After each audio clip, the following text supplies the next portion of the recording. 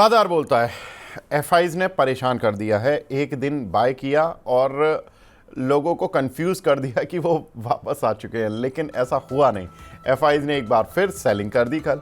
अब तो सेलिंग का क्वांटम भी बढ़ा दिया। कल 3550 करोड़ रुपए की सेलिंग करके गए हैं। डीआई 2722 करोड़ रुपए की बाइंग करके गए हैं। तो कहीं ना कहीं काउंटर अटैक तो चल रहा है डीआई की तरफ से, लेकिन जब तक ये बायर नहीं बनेंगे मार्केट में मजा नहीं आएगा। क्योंकि एफआईज ने जिस दिन बाय किया था, डेटा भले ही शाम को आया था, लेकिन मार्केट उस दिन मस्त चला था। आज उसके बाद जबकि रेट कट आ गया, मार्केट में उस तरह का उत्साह नहीं देखने के लिए मिल रहा है। आगे बढ़ते हैं, देखते हैं ग्लोबल मार्केट में कैसा उत्साह है या कहाँ निराशा है। तो अगर उत्साह देखें तो केवल चीन में चल रहा है, जहाँ पर कि करीब 1.5% की तेज़ी है। ये प्रॉब्लम है। अब थोड़ा समझ आया कि कहीं ना कहीं ये जो मार्केट है ये बढ़ क्यों नहीं रहा है। क्योंकि चाइना जब चलता है तो हमारा मार्केट थोड़ा कम ही चलता है। डाउ में थोड़ा फ्लैटिश रुझान देखने के लिए मिला। हालांकि S&P 500 और जो उनका नेस्डेक है वहाँ पर थोड़ी स्ट्रेंथ थी, लेकिन डाउ थोड़ा गिरकर बंद हुआ। निकाई में करीब 0.5% की गिरावट, कोस्पी में करीब 0.5% की गिरावट देखने के लिए मिल रही है। एक बार देख लेते हैं आज के टॉप गेनर्स और लूजर्स कौन से काउंटर हैं जो कि अच्छी स्ट्रेंथ दिखा रहे हैं। तो स्ट्रेंथ दिखाने वालों में पीजीएल करीब 7%, एयरटेल का जो पीपी है वो करीब 6% ऊपर है। गोदरेज फिलिप्स करीब 6% ऊपर है। भारतीय एयरटेल ऑफकोर्स उन्हीं का प्रेफरेंशियल वाला है तो 5.25% ये भी ऊपर है मेन काउंटर। केपीआई ग्रीन करीब 5% ऊपर है। एक बार देख लेते हैं टॉप लूजर्स कौन से काउंटर हैं जो कि स्ट्रेंथ नहीं दिखा पा रहे हैं। तो उसमें है सोनाटा सॉफ्टवेयर करीब 14.5%, 13% की गिरावट देखने के लिए मिल रही है। बीकाजी में करीब 11.5%, एनसीसी में 11%, डीसीएक्स सिस्टम और नोसिल यहाँ पर करीब 6% की गिरावट देखने के लिए मिल रही है। तो कुल मिलाकर कह सकते हैं मिला जुला रुझान है और मार्केट इस समय अब 80 पॉइंट नीचे निफ्टी है। निफ्टी बैंक करीब 280 पॉइंट नीचे है। सेंसेक्स करीब 240 पॉइंट नीचे है। प्रशांत सर, आरबीआई की खबर पर ही लौटूंगा। ये माना जा रहा था कि जब भी रेट कट आएगा तो एक बार क्या होगा कि जो नेट इंटरेस्ट मार्जिन्स हैं बैंक्स के वो थोड़े से कम हो सकते हैं। पहले मैं आरबीआई की जो आज पॉलिसी है उसको पढ़ देता हूँ। 6.75% से घटाकर रेट कट करके 6.5% कर दिया है। करीब 5 साल बाद ये रेट कट आया है मई 2020 के बाद, तो एक अच्छा रेट कट कहा जा सकता है। साथ ही अगर देखें FY26 के लिए जो जीडीपी ग्रोथ है वो 6.7% रहने का अनुमान लगाया आरबीआई ने। आने वाले महीनों में महंगाई दर सामान्य होने की उम्मीद है। ये एक अच्छी खबर है कि इन्फ्लेशन कंट्रोल होता हुआ दिखाई देगा। एक आम आदमी को सबसे बड़ी राहत तो इन्फ्लेशन के कंट्रोल होने से होती है, वो कंट्रोल होगा तो डेफिनेट सी बात है इकोनॉमी में कंजम्पशन अच्छा आएगा। भारतीय इकोनॉमी की स्थिति बेहतर है, आरबीआई गवर्नर ने कहा। आरबीआई गवर्नर संजय मल्होत्रा जी की ये पहली मीटिंग थी एज एन आरबीआई गवर्नर, तो ये एक अच्छी मीटिंग उनके लिए रही। आरबीआई ने रेपो रेट घटा दी है और बाकी अगर हम देखें तो एमपीसी ने अपना जो स्टांस है वो न्यूट्रल रखा है। ये बहुत इंपॉर्टेंट है। प्रशांत सर, जो दो चीज़ें जो कि मैं मार्केट में देख रहा हूँ कि जो मैं बात कर रहा था कि एक कि जो बैंक्स के नेट इंटरेस्ट मार्जिन है फिलहाल लगता है कि एक बार थोड़ा सा प्रेशर में आएंगे, उसके बाद रिवर्सल आएगा जब उनकी बोरोइंग कॉस्ट भी कम होगी। I think yes rightly said, जो फॉर्मूला है वो हिसाब से वो बाद में ही इफेक्ट आएगा। बट टाइम बिंग अगर if they pass on to the all the loan takers जो ओल्ड है और न्यू के लिए, तो शायद फर्स्ट जो अपने क्वार्टरली अर्निंग्स आएंगे नेक्स्ट फाइनेंशियल ईयर में, तो वहां पे मुझे लगता है कि एटलीस्ट छोटा सा एक इफेक्ट उसको देखा जाएगा। But obviously it was assume कि ये चीजें होने वाली ही है, बिकॉज लास्ट 5 साल में ये जो निम पॉजिटिवली और मेंटेन हुआ था, that obviously will get some kind of pressure through the RBI governor cutting rates. But ये चीज मैंने मिसिंग किया, तो ये जो फर्स्ट रेट कट आया हुआ है आज, सो आगे जाके उनका स्टांस क्या रहेगा वो चीज मुझे जो न्यूट्रल बोला ना, तो मुझे लगता है थोड़ा सा वहां पे कंसर्न मार्केट ने ले लिया। जी, तो न्यूट्रल मार्केट ने ले लिया सर, ये कंसर्न बना। ये मतलब मार्केट क्या सुनना चाहता था सर उनसे? तो जिस तरीके से फेड बोलता है कि मतलब ये साल में 3 कट करूंगा, 2 कट करूंगा, तो आई थिंक मुझे वो कॉन्फिडेंस मिला नहीं है कि आगे जाके भी एक कट जारी रहेंगे। तो that was what negative what I am reading out of that. Okay, ठीक है, आगे बढ़ते हैं सर। और कुछ अगर हम इसका इम्पैक्ट देखें सर, जिस तरह से एनबीएफसी शेयर चले हैं पिछले कुछ दिनों में, ऐसा लग रहा है कि शायद मार्केट को ये पता तो था कि रेट कट आ रहा है, क्योंकि जो रेट कट का सबसे बड़ा बेनिफिशियरी होता है फर्स्ट फेज में वो होते हैं एनबीएफसीज, क्योंकि उनकी बोरोइंग कॉस्ट कम से कम बैंकर से तो कम हो जाती है। दूसरा, अगर हम देखें तो पीएसयू बैंक्स पर भी थोड़ा सा पॉजिटिव इंपैक्ट आ सकता है। क्यों? क्योंकि उनके जो इन्वेस्टमेंट होता है बॉन्ड्स में, वहाँ पर जो जब इंटरेस्ट रेट कम होता है तो हम ये मानते हैं कि बॉन्ड यील्ड भी कम हो रही है, तो उनको जो बॉन्ड प्राइजेस होते हैं वो ऊपर आ जाते हैं, तो उनका थोड़ा सा गेन मिल जाता है। सर, अगर मुझे एनबीएफसीज और बैंकर्स में से, पीएसयू बैंक्स में से चुनना हो तो किसको चुनना है अभी? बैंक ऑफ बड़ौदा, मुझे पीएसयू बैंक से चुनूंगा। मैं बैंक ऑफ बड़ौदा के लिए फोकस कर रहा हूँ। I think that would be the best bank right now despite some neutral Q3 earnings. But मुझे लगता है कि ये बैंक में ज्यादा स्ट्रेंथ है which can at least give better return when we compare to SBI और पीएनबी। सो ये दोनों तीनों स्टॉक्स के अंदर में कंपेयर करना है तो मुझे bank of Baroda looks good technically as well as fundamentally. जी, ठीक है। सर, अगर इनमें से जो आप बता रहे हैं और चुनना हो तो कौन से पर्टिकुलर काउंटर्स होंगे जहां पर की बैट अच्छी बन सकती है? इनमें से मतलब बैंक ऑफ बड़ौदा में? जी, मतलब जो पीएसयू बैंक्स आपने बताए तो बैंक ऑफ बड़ौदा, अब और जो दूसरे काउंटर्स हैं सर, उसमें अगर हम देखें तो कौन सी बैट सबसे अच्छी हो सकती है कि एक ट्रेडिंग के लिहाज से, एक इन्वेस्टमेंट के लिहाज से सबसे अच्छे कौन से होंगे sir? I think bank of Baroda, ये मैं वही बता मतलब रहा ये था, इन्वेस्टमेंट और ट्रेडिंग दोनों है? Yes both. टेक्निकली मुझे लगता है कि डाउनसाइड लिमिटेड है और fundamentally I think one price to book value के नीचे है, तो I think it's a best investment pick. Okay, ठीक है। तो यहाँ पर बैंक ऑफ बड़ौदा सर की पसंद और आरबीआई पॉलिसी का क्लियर कट विनर यहाँ पर बैंक ऑफ बड़ौदा। चलिए देख लेते हैं। वैसे पीएसयू बैंक्स में अब निचले स्तरों से कुछ रिकवरी तो आती हुई दिख रही है, खासतौर से Punjab national bank, bank of Baroda में अगर हम देखें तो यहाँ भी 217-18 रुपये का लेवल आ गया। डेज लो से थोड़ा ऊपर आने की कोशिश कर रहा है, हालांकि अभी डेज हाई पर तो नहीं आया, लेकिन कहीं ना कहीं एक स्ट्रेंथ बनाने की कोशिश कर रहा है। एसबीआई थोड़ा सा रिजल्ट्स के बाद कल भी थोड़ा सा प्रेशर में आ गया था। सर, एसबीआई के रिजल्ट्स में क्या ऐसा था? क्योंकि मैं रात देख रहा था कि एक तो अदर इनकम उनकी थोड़ी सी बढ़ी है जिसकी वजह से उनका प्रॉफिट बढ़ा, साथ ही उनका जो पिछले साल का बेस था वो थोड़ा लो था, क्योंकि उनके कुछ 7,000 करोड़ रुपए के एक्सेप्शनल लॉस की वजह से उनका जो बेस था वो छोटा हो गया, इसलिए हमें दिखा कि प्रॉफिट बहुत अच्छा जंप होता हुआ दिखाई दिया। लेकिन ये दो फैक्टर हैं जो कि ठीक है हम इग्नोर कर देते हैं, लेकिन एक दो फैक्टर जो अच्छे थे कि एसेट क्वालिटी उनकी इंप्रूव हुई, एनपीएज इंप्रूव हुए, उसके बावजूद भी काउंटर क्यों गिरा सर? आई थिंक वो टेक्निकली प्रॉफिट बुकिंग ही बोल सकते हो, बिकॉज मेरे हिसाब से भी वो ऑलमोस्ट आउट ऑफ 10 9 रेटिंग मुझे आ रहा था with respect to all the numbers. One negative चीज which I also looked at would be treasury income. वहां पे भी मुझे लगता है थोड़ा सा अंडर प्रेशर रहा हुआ है, अंडर परफॉर्मर रहा हुआ है। लास्ट 3 क्वार्टर से उनका ट्रेजरी इनकम नीचे गिर रहा है, that is also giving some kind of negative impact. But overall it was a 9 out of 10। तो बट स्टॉक गिरने का रीजन मुझे लगता है only reason would be a profit booking attempt. अब आप 2 दिन से देखो, Nifty also started giving some kind of gains, तो उसमें SBI has given lot of the gains right now. Sir, Reliance में एक अच्छी स्ट्रेंथ बनी थी लेकिन वो लौट आया है, क्या करें अभी? आई थिंक जिस तरीके से कल भारतीय एयरटेल ने रिजल्ट्स दिए, तो मुझे लगता है कि जियो के भी numbers no in line with what Bharatiya Airtel has done with respect to their ARPU growth, तो वो एक स्ट्रेंथ मुझे लग रहा है स्टॉक में। बट टेक्निकली अभी भी मुझे ये क्रॉसओवर वीकनेस लग रहा है, तो I think there is some kind of negative pressure seen in the prices. But overall ऐसे लेवल्स पे खड़े हैं जहाँ पे no risk reward ratio remains same, almost 50 rupees up और 50 रुपीज डाउन। फंडामेंटली अभी भी मुझे लगता है कि lot of things has to happen to no get some good re-rating and upside in terms of P valuations.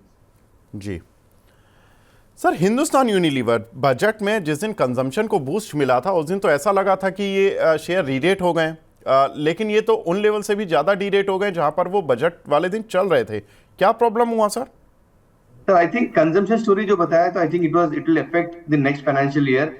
Immediately जो sentimental effect था वो दिन आ चुका है, but again end of the day it comes to Q3 earnings and Q4 earnings. अभी भी मुझे लगता है कि एफएमसीजी में वो जो वॉल्यूम ग्रोथ है, except ITC where cigarette volumes were up by 5%, but वो छोड़ के किसी का भी आप देखोगे तो वो not in line with markets. तो मुझे लगता है अर्निंग्स अभी भी थोड़े से प्रेशर में है, that is why the stock is down again. वो दिन का जो एक या दो दिन का जो अपसाइड था FMCG as a whole sector, it was only sentimental impact post budget announcement कि ये जो consumption story will have great impact on FMCG stocks, but end of the day earning matters. But मुझे लगता है कि ये Q4 earnings के बाद शायद री-रेटिंग आ सकता है considering the numbers when Q4 earnings comes out. तो यहाँ पर थोड़ा सा जो री-रेट हुआ था वो अभी थोड़ा सा टोन डाउन हो गया है, लेकिन आगे बढ़ते हैं सर। अब कुछ खबरों की तरफ बढ़ते हैं। ग्लोबल खबरें पहले देख लेते हैं एक बार। गोल्ड कीमतें 3,000 औंस तक जा सकती हैं, ऐसा यूबीएस का मानना है। टैरिफ की चिंताओं से कीमतों में तेजी रहेगी, यूबीएस ये बोल रहे हैं। सर आप क्या मानते हैं, गोल्ड कीमतें कहां जाएंगी और गोल्ड से जुड़े हुए काउंटर्स कहां जाएंगे? आई think overall gold will be on A positive territory only because जिस तरीके से ट्रम्प अगले 6 महीने में जो भी अनाउंसमेंट करेंगे it will be a negotiating tool for him to do great businesses. But जिस तरीके से अनाउंसमेंट करते हैं चाइना के ऊपर 10% लगा देंगे, 25% मेक्सिको पे लगा देंगे और इमीडिएटली नेक्स्ट डे उसके ऊपर कुछ फिर कूल डाउन भी हो जाते हैं। So that kind of volatility will bring lot of instability in the global Asian markets. So that is why reason why gold is trading very much strong and upside. Obviously जो UBS report मैंने भी देखा है 3000 ounce जो आने वाला है, मुझे लगता है कि that is possible for next 1 year target. With respect to this जो इंडियन स्टॉक्स में है, Titan would be a good play on gold business again. Senco Gold would be second stock one should play on gold as a business. कल्याण थोड़ा सा मैं neutral रहूंगा because of all the what historically last 2 महीने में जो हुआ है उनको, बट अभी मुझे लगता है कल्याण में थोड़ा प्रेशर है। Results were good but not so as expected. Titan as well as Senco ये दोनों स्टॉक्स खेलना चाहिए जी। साथ ही अगर देखें तो सर कल अमेरिका में जॉबलेस क्लेम उम्मीद से ज़्यादा रहे, तो ये थोड़ा सा एक ख़राब डेटा था। लेकिन एक अच्छा डेटा जो आया वो है कच्चे तेल कीमतों में नरमी लगातार बरकरार है और ब्रांड क्रूड $70 के पास आ गया है। सर इसको कितना पॉजिटिव माने, क्योंकि मार्केट लगातार इन सब चीज़ों को इग्नोर करता हुआ चल रहा है। सर जब बुल रन में मार्केट होता है तो वो नेगेटिव खबरों को इग्नोर करता है, जब थोड़ा सा स्लो डाउन मोड में होता है तो मार्केट पॉजिटिव खबरों को इग्नोर करता है। जैसा हमने बताया महाराष्ट्र में बीजेपी जीती जो मार्केट चाहता था, अमेरिका में डोनाल्ड ट्रंप जीते जो मार्केट चाहता था, दिल्ली विधानसभा के एग्जिट पोल के नतीजे जो आए हैं अभी तक सो फार वो पॉजिटिव ही हैं कि इन फेवर ऑफ बीजेपी जो मार्केट चाहता है। मंडे को वैसे मार्केट रिएक्ट भी कर देगा जो भी दिल्ली चुनाव के आउटकम आएगा। साथ ही अगर देखें इंडिया की इकोनॉमी ठीक ठाक चल रही है, ऐसी कोई प्रॉब्लम नहीं है। ठीक है थोड़ा बहुत कॉर्पोरेट अर्निंग्स का है, लेकिन बजट अच्छा था, पॉपुलिस्ट बजट था। सर मतलब ये समझ नहीं आ रहा कि मार्केट में बेसिकली हम किन लेवल्स की बात करें यहाँ से खड़े होकर। अगर हमें ठीक है हमने अर्निंग्स देख ली सर, FY25 तो ऑलमोस्ट अब पूरा हो रहा है, 3 क्वार्टर निकल गए, 1 क्वार्टर से भी क्या ही उम्मीदें करें। तो अब कैसे देखें सर FY26 को और कैसे देखें मार्केट? ऑलमोस्ट जैसे बताया आपने 25 फाइनेंशियल ईयर खत्म हो चुका है, ऑलमोस्ट डिस्काउंट हो चुका है। अभी जो बजट आया हुआ है I think that is going to support lot of earnings growth in next financial year. So it has to start from Q4 या Q3 के आसपास, Q1 के आसपास मुझे लगता है कि वो चीज दिखना चाहिए। But end of the day जो मेजर कंसर्न है इंडिया में, 2 स्टोरीज है। एक तो ट्रम्प 2.0 नेक्स्ट 6 मंथ्स में जो वॉलेटिलिटी क्रिएट कर सकता है वो मार्केट में डिस्काउंटेड हो रहा है, मतलब अंडर प्रेशर आ रहा है। Second, FI still being very negative. Every day 3 to 4,000 crores of net selling is not expected to have in Indian markets right now because जिस तरीके से वो सेलिंग कर रहे हैं लास्ट जनवरी आप देखो almost 80 to 90,000 crores of FI selling equal to what again DIs have supported, but again जिस तरीके से कर रहे हैं प्राइसेस करेक्शन, तो मुझे लगता है कि that would be major concern। एक दिन का जो 800 करोड़ है उसके लिए कितना पॉजिटिविटी ले लिया था। I think February should not be like January the way how they are sold off। वो एक कंसर्न अभी भी चल रहा है। तो Trump and FIs they are creating lot of pressure to Indian markets because again they also feel कि earnings में जो डाउनग्रेडेड है अभी तक वो पूरा ड्रॉडाउन हुआ नहीं है। मुझे लगता है कि वेट एंड वॉच करना चाहिए नेक्स्ट फाइनेंशियल ईयर के। मुझे लगता है कि we may not have a good rally, big rally, but again I think जो नया है ये अपना 26,200 तो उसके आसपास जाने की कोशिश करेगा if Q1 earnings gets neutral to positive outcome from the earnings, तो वही एक वेट एंड वॉच लेवल्स रहेंगे जी। कुछ डोमेस्टिक खबरों की तरफ भी बढ़ते हैं। जोमेटो का नाम बदला जा रहा है, इटर्नल लिमिटेड हो रहा है, बोर्ड ने मंजूरी दी है। सर नाम बदलने से वैसे कंपनी के फाइनेंशियल्स तो नहीं बदलते हैं, लेकिन नाम थोड़ा सा हैपनिंग होता था, जोमेटो, टोमेटो, पोटैटो, लेकिन अब ये इटर्नल लिमिटेड थोड़ा सा शांत सा नाम हो गया है, शेयर भी शांत हो जाएगा क्या सर? आई थिंक वो मेरा भी क्वेश्चन यही था, मुझे टाइम नहीं मिला पूरा डिटेल में स्टडी करने के लिए reason behind the change in the names and all, कि इसके बाद कुछ बड़े कॉर्पोरेट चेंजेस भी आ सकते हैं शायद उसके ऊपर। मतलब I still have doubts, but obviously you rightly said कि उससे बिजनेस को इफेक्ट पड़ता नहीं है। But again brand obviously yes, वो Zomato as a brand hold करेंगे, जो नाम होल्ड करेंगे नहीं करेंगे for marketing purpose, for brand purposes. अगर वहां पे भी चेंज आता है तो शायद लॉट ऑफ प्रेशर शायद वो आ जाएगा। स्विगी के लिए शायद वो पॉजिटिव रहेगा because again Swiggy is again the second best name to be called off in the market. Zomato करो या स्विगी करो, ये चीजें मार्केट में चलती रहती है, बट जोमेटो छोड़ के उसको एटर्नल बोलना थोड़ा अनकंफर्टेबल फील हो सकता है। तो शायद वो स्विगी की तरफ लोग शिफ्ट हो जाए इन terms of getting more business.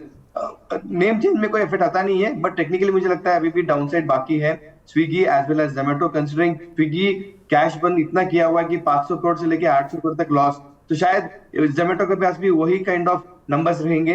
But yes, industry is growing very fast, obviously it should be a portfolio stock, but very long term, मतलब 1 साल 2 साल के ऊपर अगर कोई स्टोरी बनाना है तो then only every dip should be added. ठीक बात है। वैसे सर उनका नाम मतलब बीएससी एनएससी के टिकर में भी चेंज हो जाएगा, उनका नाम ही चेंज हो रहा है, and they are amending in their memorandum also, मतलब वो मेमोरेंडम में भी चेंज कर रहे हैं। कॉर्पोरेट ऑफ अफेयर्स मिनिस्ट्री से भी, वहाँ से भी उन्होंने एप्लीकेशन दे दी है। सो जोमेटो एज ए नाम मिट जाएगा? बिल्कुल सर, जोमेटो हट जाएगा।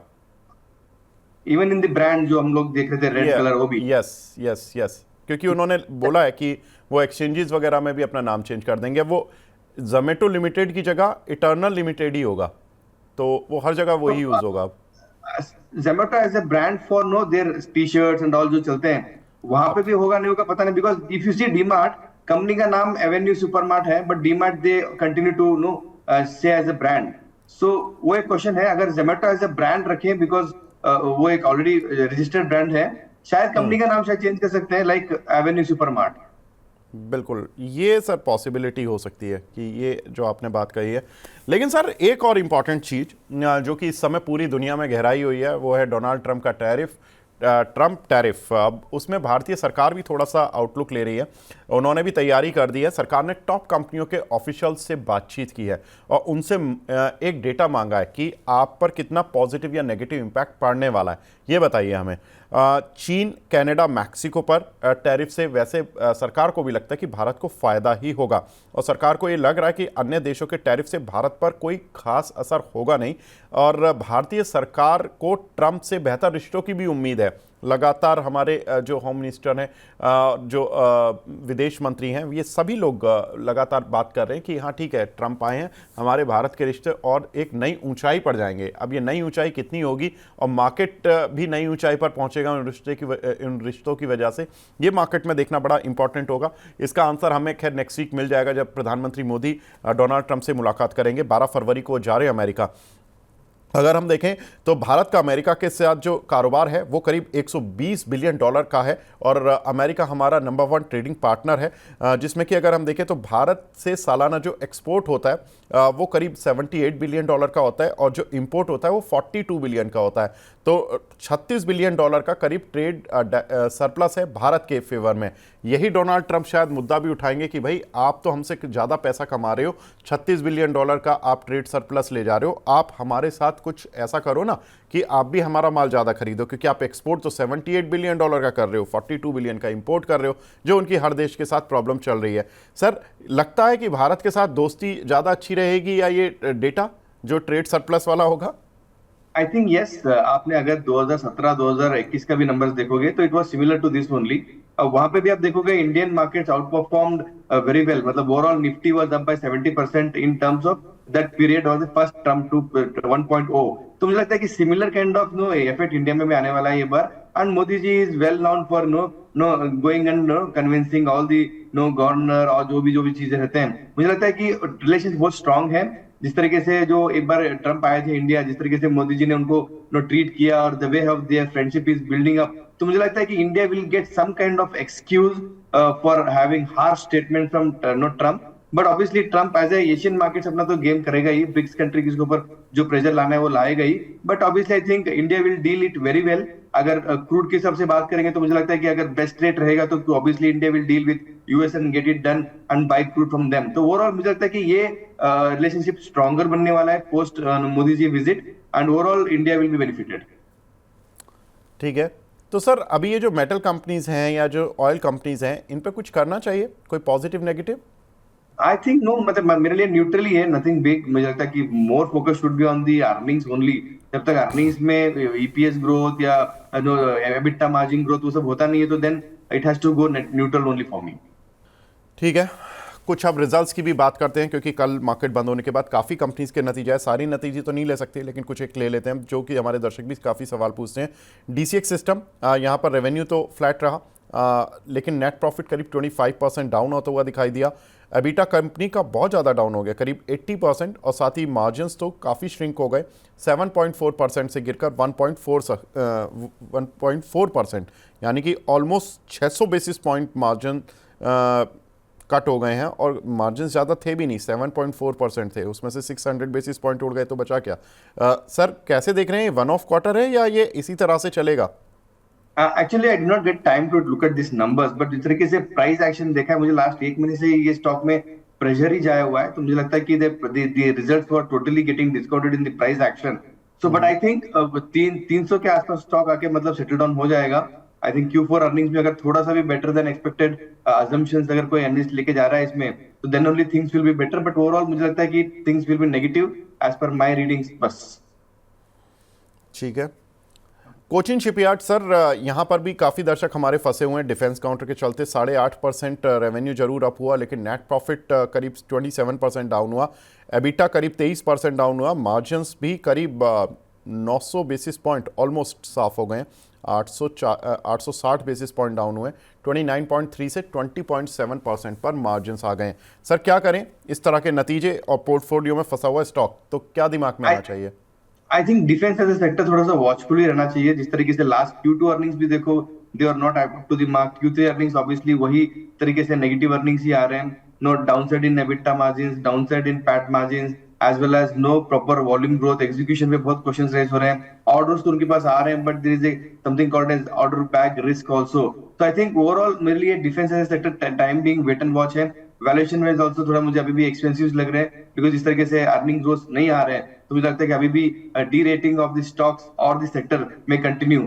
बजट में भी आप देखो डिफेंस के लिए ऑलमोस्ट 8% के आसपास एन एक्सपेंडिचर एडिशनल दिया था। मुझे लगता है कि market was assuming almost 15 to 20%, but वो आया नहीं। तो मुझे लगता है कि वही एक रीजन था कि ऑलमोस्ट बजट के बाद all defence as well as railway stocks पूरे नीचे आ चुके थे। ठीक है। आईटीसी सर, रेवेन्यू 8.5% बढ़ा, नेट प्रॉफिट करीब 1% बढ़ा, एबिटा भी 1.5% बढ़ा, मार्जिन्स थोड़े से गिर गए हैं। कैसे ट्रेड करें सर आईटीसी को? आई थिंक थोड़ा सा वीकनेस अभी भी मुझे लगता है इन टर्म्स ऑफ नंबर्स। अभी भी मार्जिन्स में थोड़ा प्रेशर था ही। जिस तरीके से मैं आपको बता रहा था कि वॉल्यूम ग्रोथ एफएमसीजी में अभी भी नहीं आ रहा है, तो आई थिंक वो चीज वॉचफुल रहेगा। अभी मुझे लगता है कि स्टॉक में अगर 220 तक भी ये स्टॉक आ सकता है, then only things will look good on technical basis. Fundamentally obviously it's a long term story. ठीक है सर। हीरो मोटोकॉर्प, यहाँ पर 100 रुपये का डिविडेंड आया, सबसे बड़ी खबर तो ये है। बाकी रिजल्ट्स में देख लेता हूँ। 5% रेवेन्यू अप है, नेट प्रॉफिट में करीब 12% का जंप, एबिटा में करीब 8.5% का जंप, और मार्जिन्स में भी 50 बेसिस पॉइंट का जंप। तो सारी चीज़ें जंप में ही, हरे निशान में ही हैं। सर कैसे ट्रेड करें काउंटर को? काफ़ी पिट चुका हुआ काउंटर है। आई थिंक यस, थोड़ा पॉजिटिवली मैं देख रहा हूँ इसको। नंबर्स को एक्सपेक्टेशंस खराब थे, बेटर देन नंबर्स आ चुके हैं, तो मुझे लगता है कि थोड़ा सा एबिटा स्टेबल और पॉजिटिव दिया हुआ है। That is the good thing in the company right now. But जिस तरीके से वॉल्यूम ग्रोथ भी आया हुआ है, जो कंजम्पशन स्टोरी हम बात कर रहे हैं पोस्ट द बजट अनाउंसमेंट, मुझे लगता है कि टू व्हीलर सेगमेंट में आने के बाद मुझे लगता है कि वहां पे ज्यादा सेल्स वॉल्यूम आ सकता है, because of the extra money which is be saved in the pockets of the common man. तो मुझे लगता है टू व्हीलर सेगमेंट में with respect to valuation also मुझे लगता है कि ऑलमोस्ट 18 to 20 फॉरवर्ड अर्निंग्स के आसपास ये ट्रेड कर रहा है, versus other stocks which are trading at 25 to 30 forward earnings. मुझे लगता है कि वही एक रीजन से ये स्टॉक शायद आउट परफॉर्म करे for very shorter period of time. ठीक है सर। लास्ट काउंटर जिस पे की रिजल्ट्स पे हम रीडिंग कर रहे हैं वो है अपोलो टायर। सर नतीजे खराब आए, लेकिन इंटरेस्टिंग चीज़ है इस काउंटर पे मैं बात करूंगा। रेवेन्यू 5% अप हुआ, एबिटा 22% डाउन हुआ, मार्जिन्स भी डाउन हुए करीब करीब 500 बेसिस पॉइंट, और नेट प्रॉफिट 32% गिरा। स्ट्रीट की एक्सपेक्टेशन जो थी उससे कम आया, लेकिन काउंटर ऊपर है। क्यों? क्योंकि जितनी भी टायर कंपनीज थी सब नतीजे खराब दे चुकी थी, तो पहले ही शेयर को पनिशमेंट मिल चुका था। ये 550 रुपये से टूटकर ऑलमोस्ट काउंटर 410-415 रुपये की रेंज पर आ चुका था। तो जितना पनिशमेंट सीएट के रिजल्ट्स के बाद मिला, जेके टायर के रिजल्ट्स के बाद मिला, बालकृष्ण के बाद मिला, तो ये सारा पनिशमेंट ये काउंटर ऑलरेडी झेल चुका था। तो उम्मीदें पहले ही खराब हो चुकी थी कि नतीजे तो काफ़ी खराब आने, काफ़ी खराब में कम खराब आ जाना। सर यही पॉजिटिव रहा अपोलो टायर्स के लिए? आजकल मैं यही देखना चाहिए, जिस तरीके से स्टॉक ने लास्ट एक महीने में जो पेन झेला हुआ है, कंसिडरिंग द अदर रिजल्ट्स जैसे आपने बताया, तो I think that was the only reason why stock was totally hammered down. कि मार्केट ने एज्यूम कर ही लिया था कि इसके नंबर्स भी खराब आने वाली ही है। ऑब्वियसली वही चीज हुआ। मुझे लगता है कि टेक्निकली अभी ये जो ज्यादा ओवर सोल्ड पोजीशन तक जाने की कोशिश कर रहा था, 400 410 was the rate where people started accumulating, because वहां पे फिर से वैल्यूएशन कंफर्ट आना चालू हो चुका है और long term story again. Obviously Apollo is no good in terms of two wheeler tyres, तो मुझे लगता है कि वहां पे अच्छा वॉल्यूम जो हम लोग एक्सपेक्ट कर रहे हैं हीरो मोटर्स के साथ और बजाज के साथ, मुझे लगता है वो ट्रैक्शन कैचअप करने के लिए 400 से फिर से रिकवर करना चालू कर चुका है। तो मुझे लगता है कि पॉजिटिव ही देखना चाहिए, downside is very limited. And again one और टू क्वार्टर्स के हिसाब से देखोगे तो शायद मुझे स्टॉक 475 और 500 का टारगेट भी लगता है।